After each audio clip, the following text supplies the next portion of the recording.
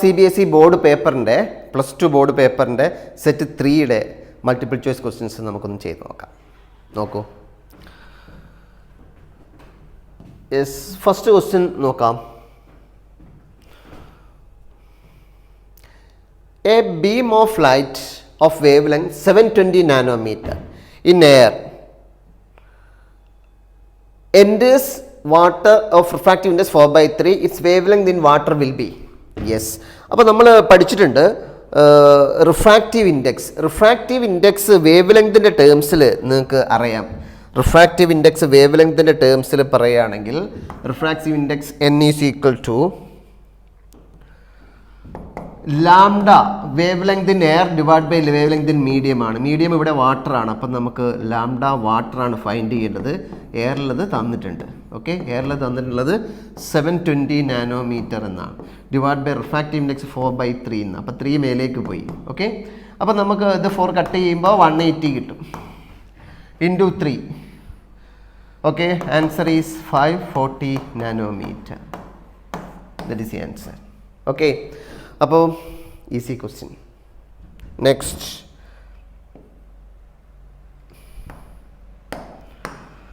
Question നോക്കാം. നോക്കൂ. A capacitor of capacitance C has a reactance X in an AC circuit. If the capacitance and the frequency of the applied voltage are doubled, the new reactance will be.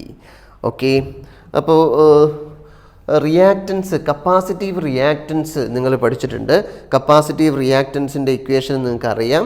Capacitive reactance XC is equal to, നിങ്ങൾ പഠിച്ചത് എന്തായിരുന്നു?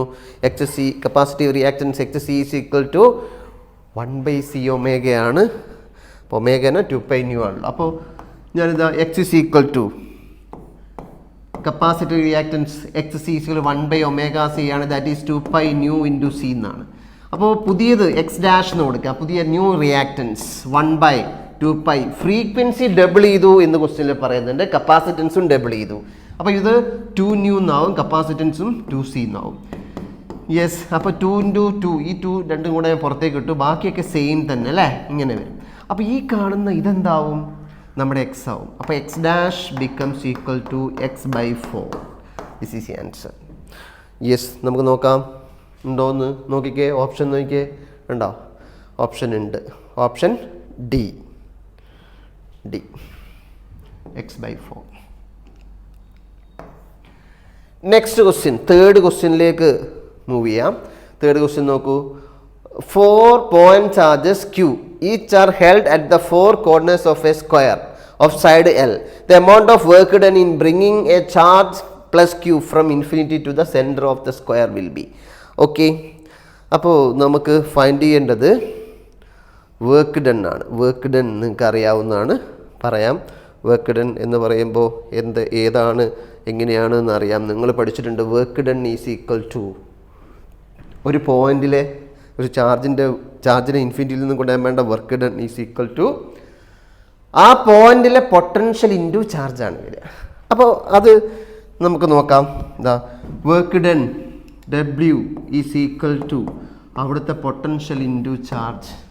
ഈ ക്വസ്റ്റ്യനിൽ തന്നിരിക്കുന്നത് ഒരു square തന്നിട്ടുണ്ട്.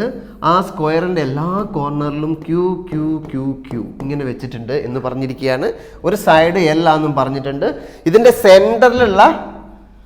സെൻറ്ററിലേക്ക് ഇൻഫിനിറ്റിയിൽ നിന്നും ഒരു Q കൊണ്ടുവരുമ്പോൾ ഉണ്ടാവുന്ന വർക്കാണ്. അപ്പോൾ അവിടുത്തെ സെൻറ്ററിലെ പൊട്ടൻഷ്യൽ ഇൻറ്റു Q ചെയ്ത് കഴിഞ്ഞാൽ വർക്ക് കിട്ടും. യെസ്, അപ്പോൾ ആക്ച്വലി ആ സെൻറ്ററിലെ പൊട്ടൻഷ്യൽ ഫൈൻഡ് ചെയ്താൽ മതി. അപ്പോൾ സെൻറ്ററിലേക്കുള്ള ഡിസ്റ്റൻസ് ഞാൻ R എന്ന് എടുക്കുക. അപ്പോൾ നിങ്ങൾക്കറിയാം ഈ ഒരു ചാർജ് കൊണ്ട് ഇവിടെ ഉണ്ടാവുന്ന പൊട്ടൻഷ്യൽ നിങ്ങൾക്കറിയാം. അത് ഞാനിവിടെ ഇതാണ് P എന്ന് കൊടുക്കുക. അത് എത്രയാ? KQ/K എന്നുള്ളത് 1/4πε0 Q/R. KQ/R 1/4πε0 Q/R എന്ന് വരും. പക്ഷേ 4 എണ്ണം ഉണ്ടല്ലോ അല്ലേ? 4 എണ്ണം, എല്ലാ ഡിസ്റ്റൻസും സെയിമാണ് അല്ലേ? എല്ലാം R. ഓക്കെ, അപ്പോൾ എന്താ? ഇൻറ്റു 4. യെസ്, പൊട്ടൻഷ്യൽ കിട്ടി. പക്ഷേ R നമുക്ക് തന്നിട്ടില്ല. R എന്ന് പറയുന്ന ഈ ഡിസ്റ്റൻസ് തന്നിട്ടില്ല. പക്ഷേ ലെങ്ത് തന്നിട്ടുണ്ട്. ഇതും L. അപ്പോൾ ഈ കാണുന്ന നടുവിലുള്ള എത്രയാണെന്നുള്ളത് നിങ്ങൾക്ക് എല്ലാവർക്കും അറിയാം. L√2. എങ്ങനെ? Pythagoras theorem. അപ്പോൾ അതിൻ്റെ ബൈ 2, അപ്പോൾ small R is equal to എന്താ, L√2/2, ദാറ്റ് ഈസ് എന്താ കിട്ടുക, L/√2. അപ്പോൾ എനിക്ക് പൊട്ടൻഷ്യൽ കിട്ടി. ഞാൻ ഇവിടെ സബ്സ്റ്റിറ്റ്യൂട്ട് ചെയ്യണേ. Work done is equal to potential എന്താ വരിക, 4 ഞാൻ ആദ്യം 4Q/4πε0, ഈ ആറിന് പകരം L/√2 മേലേക്ക് പോയി ഇൻറ്റു ഈ നമ്മുടെ ഈ ക്യൂവും കൂടെ. അപ്പോൾ അതാണ് answer.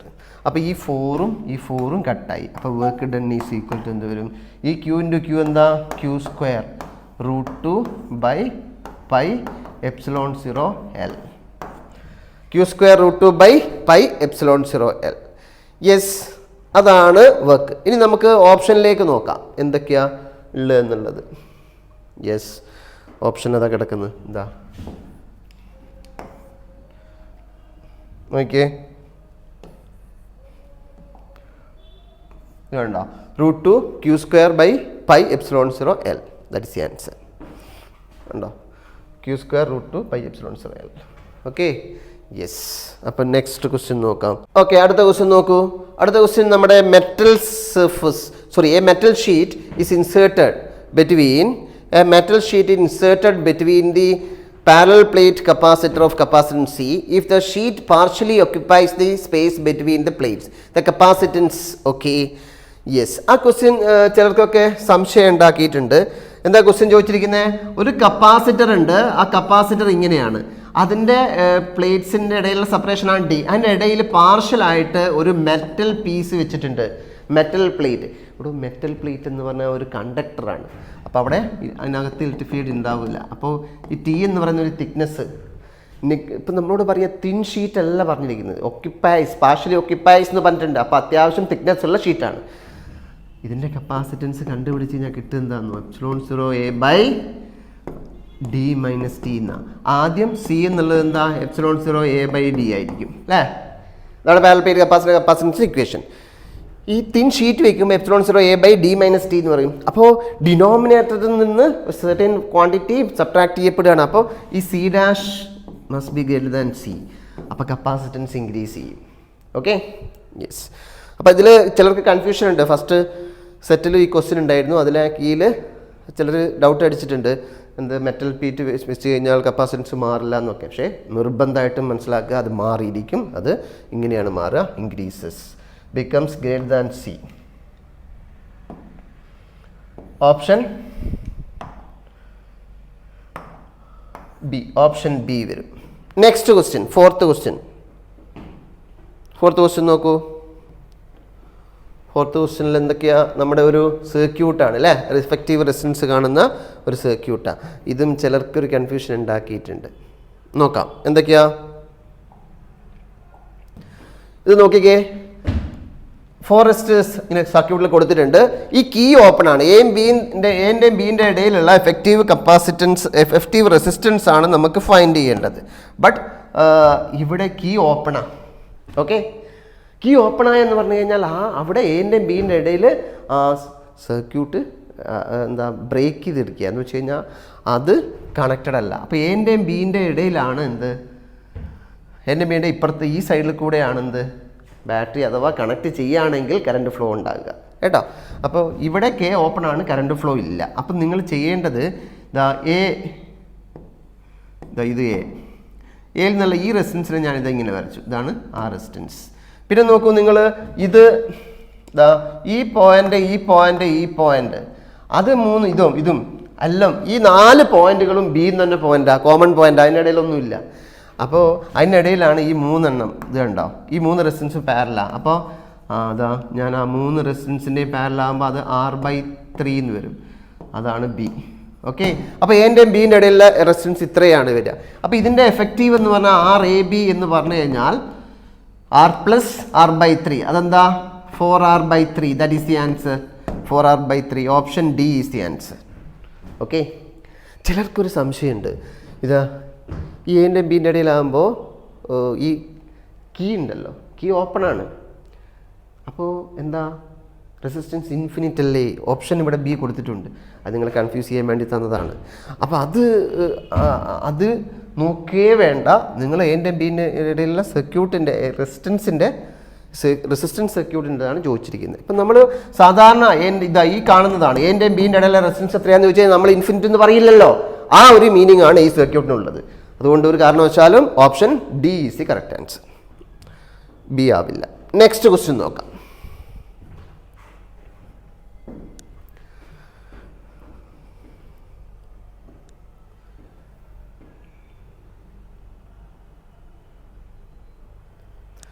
A charged particle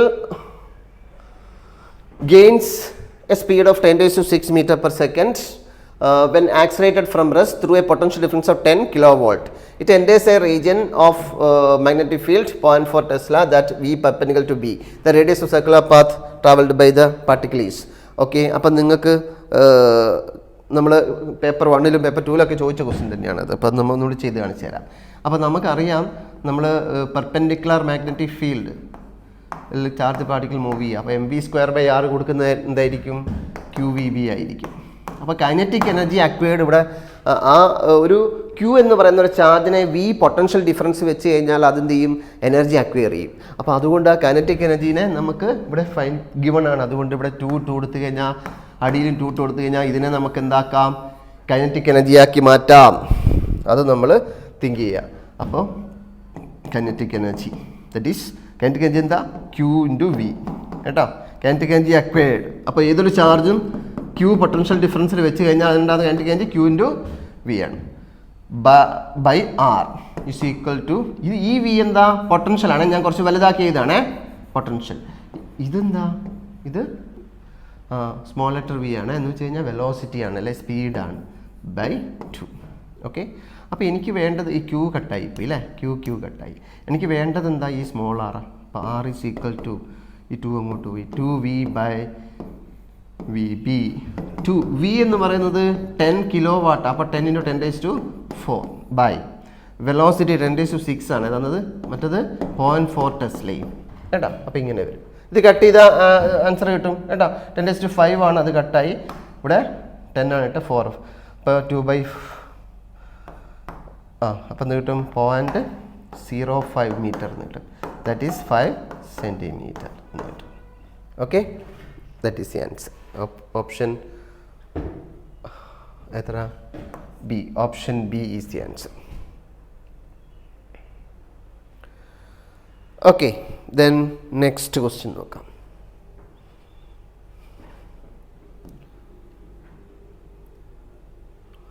next question നോക്കൂ. A current of 10/π ampere is maintained in a circular loop of radius 14 centimeter. The value of dipole moment associated with the loop is. Dipole moment നമുക്കറിയാവുന്നതാണ്. Dipole മൊമെൻറ്റിൻ്റെ കാര്യങ്ങളൊക്കെ അല്ലേ? Dipole moment ഒരു ലൂപ്പാണെങ്കിൽ dipole മൊമെൻറ്റിൻ്റെ equation NIA ആണ്. N1 ആണ്. Number of turns 1 ആണെങ്കിൽ IA എന്ന് വരും അല്ലേ? അപ്പോൾ നമുക്ക് നോക്കാം. M is equal to IA. A എന്ന് വെച്ച് കഴിഞ്ഞാൽ ഇവിടെ സർക്കുലർ ലൂപ്പ് ആയതുകൊണ്ട് πr². ഇവിടെ I തന്നിട്ടുണ്ട് 10/π. ഇത് π ആണ്. ഇത്ര റേഡിയസ് 14 സെൻറ്റിമീറ്ററാണ്. 14ൻ്റെ സ്ക്വയർ അപ്പോൾ 196 × 10⁻⁴ വരും കേട്ടോ. സെൻറ്റിമീറ്ററിനെ മീറ്റേഴ്സിലേക്ക് മാറ്റുമ്പോൾ ഇത് കട്ടായി. അപ്പോൾ 10⁻³ അപ്പോൾ 0.196 ആംപിയർ മീറ്റർ സ്ക്വയർ കിട്ടും. That is the answer.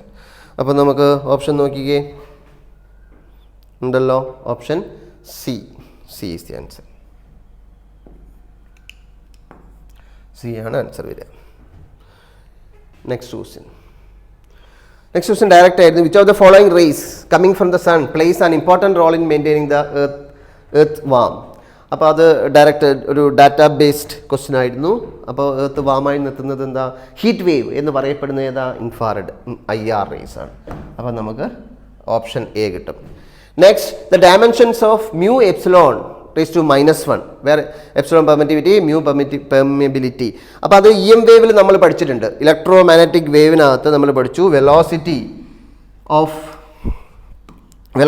EM wave is equal V equal to എന്താ പഠിച്ചേ? 1/√μ മീഡിയത്തിലാവുമ്പോൾ അല്ലേ? അപ്പോൾ ഇവിടെ സ്ക്വയർ ചെയ്ത് കഴിഞ്ഞാൽ ഇങ്ങനെയാവും 1/μ എന്നാവും. മ്യൂ എപ്സിലോണിനെ മുകളിലേക്ക് എടുക്കുകയാണെങ്കിൽ -1 എഴുതാം. അപ്പോൾ ഇതിൻ്റെ യൂണിറ്റ് ഇതിൻ്റെ DF ആ ചോദിച്ചാൽ dimension formula.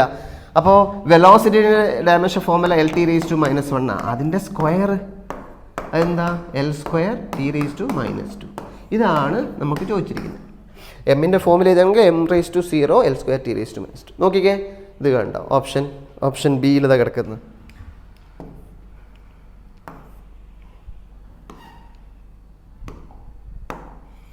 Option B m⁻0 L²T⁻². Next, 10th question. Which of the following electromagnetic wave has photons of largest momentum? അതും ഒരു ഡാറ്റാബേസ്ഡ് ലാർജസ്റ്റ് മൊമെൻറ്റത്തിൻ്റെ ഇക്വേഷൻ നമ്മളെല്ലാവരും പഠിച്ചിട്ടുണ്ട്. P is equal to h/λ എന്ന് പറയും അല്ലേ. λ = h/p അല്ലേ. അപ്പോൾ P is proportional to 1/λ. Lambda കുറവുള്ളതായിരിക്കും മൊമെൻറ്റം കൂടുതൽ. ഈ ഗിവൺ വേവിൽ ഏതൊക്കെയാ? എക്സ് ഉണ്ട്, എക്സ്റേ ഉണ്ട്, പിന്നെ ഇത് റേഡിയോ വേവ് ഉണ്ട്, പിന്നെ രണ്ടും ടി വി വേവും മൈക്രോവേവും രണ്ടും മൈക്രോവേവ് തന്നെയാണ്. അപ്പോൾ അത് കമ്പയർ ചെയ്യുമ്പോൾ എക്സ്റേക്കാണെന്ത് സ്മോളസ്റ്റ് ഗിവൺ വേവിൽ സ്മോളസ്റ്റ് വേവ് ലെങ്ത്. അതുകൊണ്ട് ഹയസ്റ്റ് ഫോട്ടോൺ ആർക്കായിരിക്കും, ഹയസ്റ്റ് മൊമെൻറ്റം ആർക്കായിരിക്കും? എക്സ്റേക്കായിരിക്കും. Next 11th question. The kinetic energy of alpha particle is 4 times the kinetic energy of a proton. The ratio of lambda alpha by lambda p de Broglie wavelength. അപ്പോൾ de Broglie വേവ് ലെങ്തിൻ്റെ equation നമ്മൾ പഠിച്ചിട്ടുണ്ട്. അപ്പോൾ kinetic എനർജിയാണ് തന്നിരിക്കുന്നത്. അപ്പം നമുക്ക് നോക്കാം എങ്ങനെയൊക്കെയാണെന്നുള്ളത്. കൈനറ്റിക് എനർജിയുടെ ഫോമിൽ ആകുമ്പോൾ D Broglie wave length equation അറിയാലോ. λ = h/√2m kinetic energy. 2m kinetic energy എന്താ? λ is equal to h/√2m kinetic എനർജിയാണ്. അപ്പോൾ നമ്മളൊക്കെ പറഞ്ഞിരിക്കുന്നത് ആൽഫയും ലാംഡ പ്രോട്ടോണും തമ്മിലുള്ള റേഷ്യോ. അപ്പോൾ h രണ്ടിനും കോമണാ, 2ഉം കോമണാ, ബാക്കി എടുത്താൽ മതി. അപ്പോൾ ഇത് ഇൻവേഴ്സ്ലി ആയതുകൊണ്ട് മാസ് ഓഫ് പ്രോട്ടോൺ മേലെ വരും, കൈനറ്റിക് എനർജി ഓഫ് പ്രോട്ടോണും മേലെ വരും. ഇതെന്താ? Mass of alpha, kinetic energy of alpha. അപ്പോൾ നമുക്കറിയാം മാസ് ഓഫ് ആൽഫ എന്ന് പറഞ്ഞു കഴിഞ്ഞാൽ 4 times the mass of proton ആണെന്നുള്ളത്. അതറിയണം, അല്ലെങ്കിൽ ഇത് ചെയ്യാൻ പറ്റില്ല. ആൽഫ പാർട്ടിക്കിൾ എന്ന് പറയുന്നത് ആൽഫ പാർട്ടിക്കിൾ മാസ് എന്ന് പറയുന്നത് 4 times മാസ് ഓഫ് പ്രോട്ടോൺ ആണ്. പിന്നെ kinetic energy of alpha particle is 4 times the kinetic energy of proton എന്ന് ക്വസ്റ്റ്യനിൽ തന്നിട്ടുണ്ട്. അപ്പോൾ അതുകൂടെ സബ്സ്റ്റിറ്റ്യൂട്ട് ചെയ്ത് കൊടുക്കുക. അപ്പോൾ mass of proton divided by 4 times mass of proton into kinetic energy of proton divided by 4 times kinetic energy of proton. അപ്പോൾ കട്ടാന്നൊക്കെ കട്ടായി. അപ്പോൾ 1/√16 that is 1/4. that is the answer. Option നോക്കൂ ഉണ്ടോ എന്നുള്ളത്. യെസ്, ഓപ്ഷൻ സി ആണ് answer വരിക. Option C is the answer. Okay, നമുക്ക് next paper നോക്കാം, നെക്സ്റ്റ് ക്വസ്റ്റ്യൻ നോക്കാം. നോക്കിക്കേ, ദ കൊഹറന്റ് ലൈറ്റ് വേവ്സ്. ഇതും സെറ്റ് 1 ഉണ്ടായിരുന്ന question. Coherent light waves each of having amplitude തന്നിട്ടുണ്ട്. A superimpose to produce interference pattern. The intensity of light waves maximum intensity varies between എന്നുവെച്ചാൽ I മാക്സും I minimum range എന്താണ് നോക്കൂ. I max നമുക്കറിയാവുന്നതാണ്. Intensity maximum ആകുക ആംപ്ലിറ്റ്യൂഡിൻ്റെ ടേംസിലാണെങ്കിൽ A1 + A2 whole സ്ക്വയറാണ്. അപ്പോൾ A1 A2 same ആണ്, 2A whole square, that is 4A². പിന്നെയോ I minimum എന്താ? A1 - A2 whole സ്ക്വയറാണ്. അപ്പോൾ A - A 0, അപ്പോൾ 0. ഓക്കെ, അപ്പോൾ ആൻസർ വരിക 0 4A². ഓപ്ഷൻ എന്താ വരിക? Option B, that is the answer. Okay, ഇപ്പോൾ വലിയ ടഫ് എന്ന് പറയാൻ പറ്റില്ല, എങ്കിലും നിങ്ങൾക്ക് ആ സമയത്ത് നിങ്ങൾ എക്സാം ഹാളിൽ എങ്ങനെ ആലോചിച്ച് ചെയ്യണം. അതൊക്കെ ചെറുതായിട്ടൊക്കെ തെറ്റൊക്കെ സംഭവിച്ചിട്ടുണ്ടാവും, ഒന്നും കുഴപ്പമില്ല. മൾട്ടിപ്പിൾ ചോയ്സിൽ റെഡിയാക്കി കിട്ടിയാൽ മതി. ബാക്കി ഇതിനകത്തൊക്കെ തിയറി ക്വസ്റ്റ്യൻസിലൊക്കെ ചെറിയ ചെറിയ പ്രശ്നങ്ങളൊക്കെ അങ്ങ് റെഡി ആയിക്കോളും, വാല്യുവേഷനിൽ ക്ലിയർ ആയിക്കോളും. നെക്സ്റ്റ് അസേർഷൻ റീസൺ ക്വസ്റ്റ്യൻ നോക്കൂ. 13ാമത്തെ question, 13th question number 13. During formation of nucleus, the mass defect produced in the is the source of binding energy of the nucleus. ശരിയാണ് അല്ലേ? മാസ് ഡിഫക്റ്റ് ആണ് binding energy ആയിട്ട് മാറുന്നത്. അത് assertion അവർ പറഞ്ഞത് കറക്റ്റാണ്. For all nuclei the value of binding energy per nucleon increases with mass number. അല്ല, binding energy per nucleon lighter ന്യൂക്ലിയസിന് ഇൻക്രീസ് ചെയ്ത് വരും, പിന്നെ ഒരു കോൺസ്റ്റൻ്റ് ആവും, പിന്നെ കുറഞ്ഞു പോവുക ചെയ്യുക. അപ്പോൾ അത് കറക്റ്റ് അല്ല. ഓക്കെ, അപ്പോൾ ഏതാ വരിക? Assertion is correct, reason is wrong, false. അപ്പോൾ ഓപ്ഷൻ സി വരും. C. 13th C. Next, 14th. In Rutherford alpha particle scattering experiment, the presence of only few alpha particles at angle of scattering pi lead him to the discovery of nucleus. Okay. ഒരു ആറ്റത്തിലേക്ക് ധാരാളം alpha particles അങ്ങോട്ടേക്ക് hit ചെയ്യുന്ന സമയത്ത് കുറച്ച് alpha particles മാത്രമേ എന്തുള്ളൂ large angle scattering സംഭവിക്കുന്നുള്ളൂ, pi radian 180 return ചെയ്യുന്നുള്ളൂ. ദാറ്റ് മീൻസ് അത് leads to presence of nucleus in the centre of the atom. അത് ശരിയാണ്. അപ്പോൾ അത് ശരിയാണ്. The size of the nucleus approximately -5 times. അത് റീസണുമാണ്. സൈസ് വളരെ കുറവായതുകൊണ്ടാണ് കുറച്ച് ഫോട്ടോണിന് മാത്രം, കുറച്ച് ആൽഫ പാർട്ടിക്കിൾ മാസം നോൺസ് ആവുന്നത്. അപ്പോൾ അത് കറക്റ്റാണ്. ഓപ്ഷൻ എ ആണ് വരിക. A assertion is correct, reason is also correct. Reason is the correct explanation of assertion. Correct. ഇനി 15th question. The impurities in p type semi conductor silicon are not pentavalent. The impurities in p-type silicon are not pentavalent atoms. Okay, ശരിയാണ് അല്ലേ? P ടൈപ്പിൽ pentavalent അല്ല, ട്രൈവാലൻ്റാണ്. അപ്പം not എന്നുള്ളത് ശരിയാണ്. Reason hole density of valence band in p type semiconductor almost equal to the almost equal accepted ഡെൻസിറ്റിയുടെ അത്രയും തന്നെ ഉണ്ടാവും, ഓൾമോസ്റ്റ്. അപ്പോൾ അത് കറക്റ്റാണ് പറഞ്ഞത്, പക്ഷേ കറക്റ്റ് എക്സ്പ്ലനേഷൻ അല്ല. അപ്പോൾ ഓപ്ഷൻ ബി ആണ് വരിക കേട്ടോ. യെസ്. നെക്സ്റ്റ്,